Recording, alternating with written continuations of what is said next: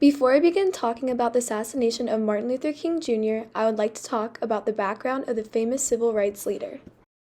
Martin Luther King Jr. was born on January 15, 1929, in Atlanta, Georgia. His parents were Martin Luther King Sr. and Alberta Williams King.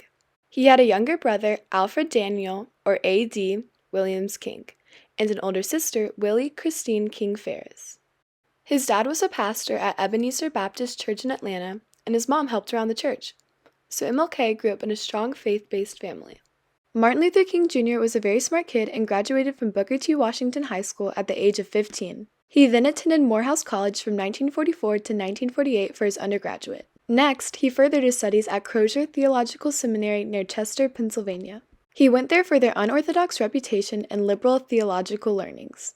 MLK was ordained as a Baptist minister in February of 1948 at the young age of 19. Lastly, King went to Boston University in 1951 to get his PhD in systematic theology. He wrote his dissertation on the comparison of the conception of God in the thinking of Paul Tillich and Henry Nelwyn Wayman, and then graduated June 5, 1955. In the same year, 1955, is when Martin Luther King began to start his civil rights journey. The first movement MLK partook in was joining the bus boycotts after Rosa Parks was arrested on December 1st. Sadly, the social rights activist's life came to an end when he was fatally shot at the Lorraine Motel in Memphis, Tennessee. MLK was in Memphis to participate in a strike for African American city sanitation workers. He was standing outside room 306 on the balcony of the second story when a shot was fired from the second-floor bathroom of the boarding house a block away. The time was 6:05 p.m. on Thursday, April 4, 1968. Shortly after, he was announced dead at the hospital in Memphis. The doctor said he had died from one shot to the jaw, which severed his spine. MLK was 39 years old when he died. James Earl Ray was arrested in London, England for the assassination of Martin Luther King Jr. on June 8, 1968. James Earl Ray was already an escaped convict. He escaped a Missouri prison in April 1967 while serving a sentence for a holdup, and there was a manhunt out for Ray. Ray stood before a Memphis judge in March 1969 and pleaded guilty to King's murder in order to avoid the electric chair. He ended up being sentenced to 99 years in prison. 3 days later, he tried to plead innocent and claimed he was set up in a conspiracy. However, he was denied of doing so.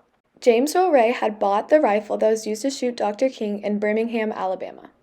The gun used was a Remington Peters soft-point metal-jacketed bullet fired from a high-velocity .36 rifle. The night of the assassination, the gun was found on the sidewalk 1 block from the Lorraine Motel. MLK's family believed that Ray was innocent and not guilty for the killing of Martin Luther King Jr. Instead, they claimed the U.S. government and military were in charge of a set-up assassination, although this is just a conspiracy. There is several evidence that Ray was guilty for the killing.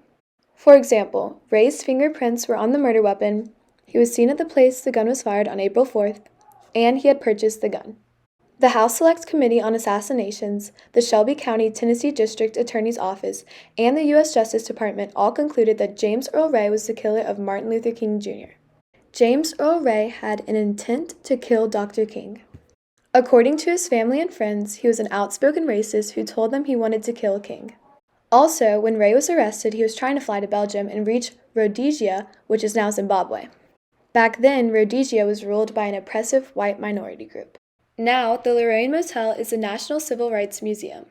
You can see where Martin Luther King Jr. was shot and also learn about the American Civil Rights Movement.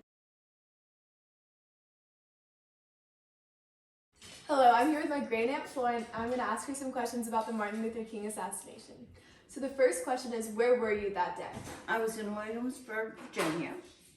I was working for Colonial Williamsburg in their reservation office, and I was the only white person in the room at the time we got the word of the assassination. Mm-hmm. It was a little nerve-wracking at first. Yes, I'm sure. But I'm going to get teary-eyed. Oh, yeah. It really was an experience of sharing with them.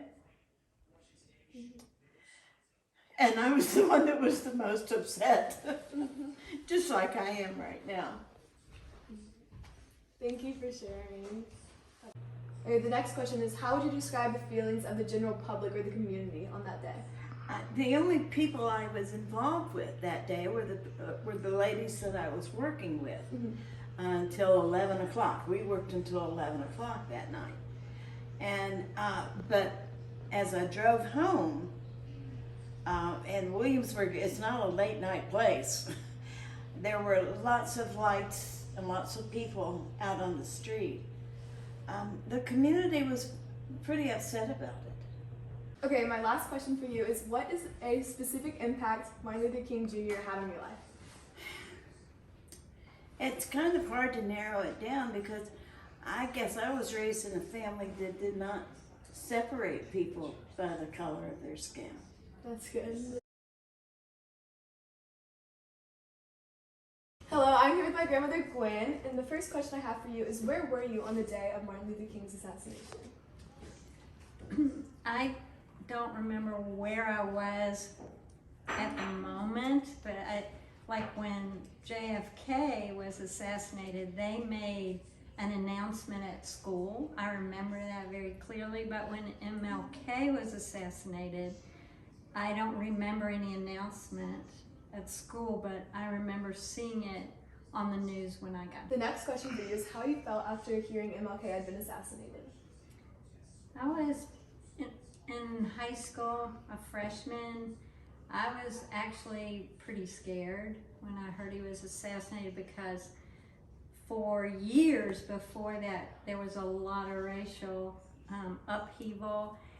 And Martin Luther King was the activist that was peaceful. There were other activists that were violent, and I thought they've killed the peaceful guy.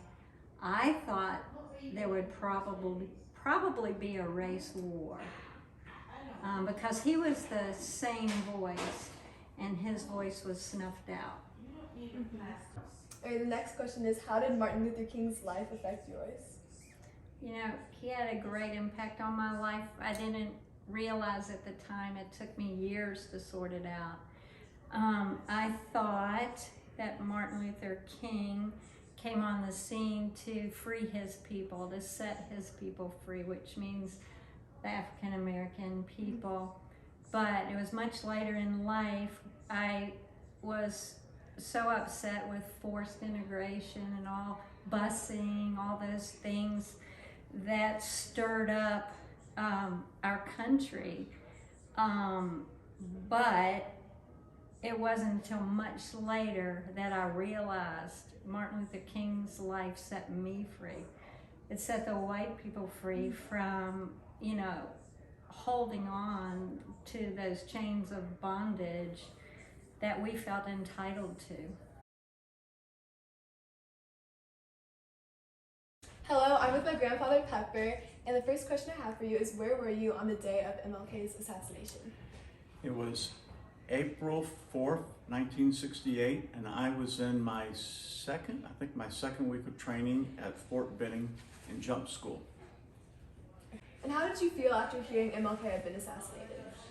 Well, it sent shockwaves through the whole class. I mean, we're a class of about 40 in my barracks, and so we're fairly integrated. I think it was probably 50-50 African American, and so it was a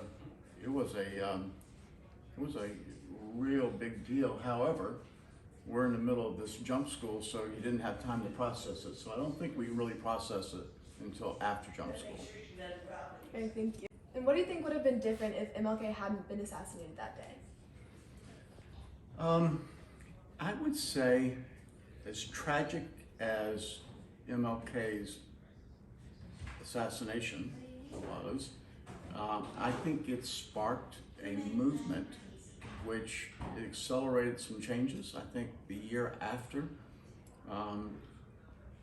or 2 years later, Lyndon Johnson had the civil rights, and then the Voting Rights Act. So there was a lot of legislation that came from the Kennedy shootings, assassinations. So as tragic as they are, they, for me, seem to be a stimulus to wake us up and get us to have a deeper conversation. You really hate thinking about this, but it takes those kind of things to shake us up and keep us going and having the kind of meaningful conversations we all need to have. Lastly, what's one specific impact MLK has had on your life? Oh, well, I'd say MLK has had an impact with his church in Atlanta. Really, Atlanta has really become a hub for Black entrepreneurship, government. I really think it's become a little bit of a mecca, a little bit of a gathering place. I've benefited because I have a good friend, Andy Young, who was one of the core guys in MLK's band of brothers, and I've benefited personally from getting to know this individual and getting to know some of the stories, hearing firsthand some of the stories behind the scenes that really never got out. So his impact and influence has been great in my life. Thank you. In conclusion, I decided to do my project on Martin Luther King Jr. because he was a very important leader in history that changed the world for the better. I think people should know about him and the things he's done to better our society. Throughout his lifetime, he was the leader of the civil rights movement. He organized several peaceful protests as head of the Southern Christian Leadership Conference, which he founded, for example, the March on Washington in 1963, and he also won a Nobel Peace Prize in 1964 for his nonviolent struggle for civil rights for the African American population. Thanks for watching.